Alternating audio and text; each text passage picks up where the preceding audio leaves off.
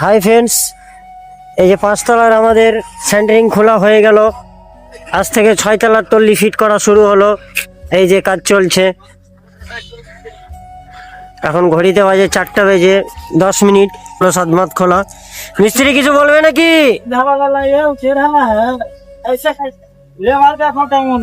বাইরে চলে আসছে ওরাগুলো নিয়ে এসো। এই তো 6 এই যে হয়ে গেছে। কমজোরি হয়ে গেছে আজকে, এরা ঢালাইয়ের কাজ ভালো করে। 6 তলার টল্লি খাটানো চলছে। 5 তলার সেন্টারিং খোলা হলো।